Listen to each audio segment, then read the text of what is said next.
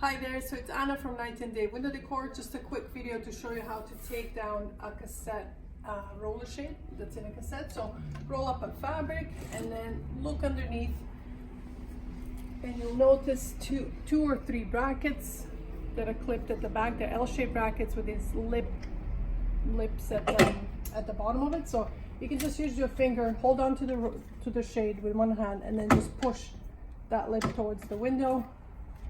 Push the other one, and then it should just come out.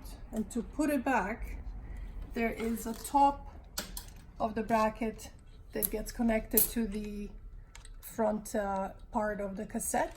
So just tilt the cassette a little bit back and sort of up, and then just push up and back, and until you hear the brackets click, and then you can just check and make sure that it's hanging securely.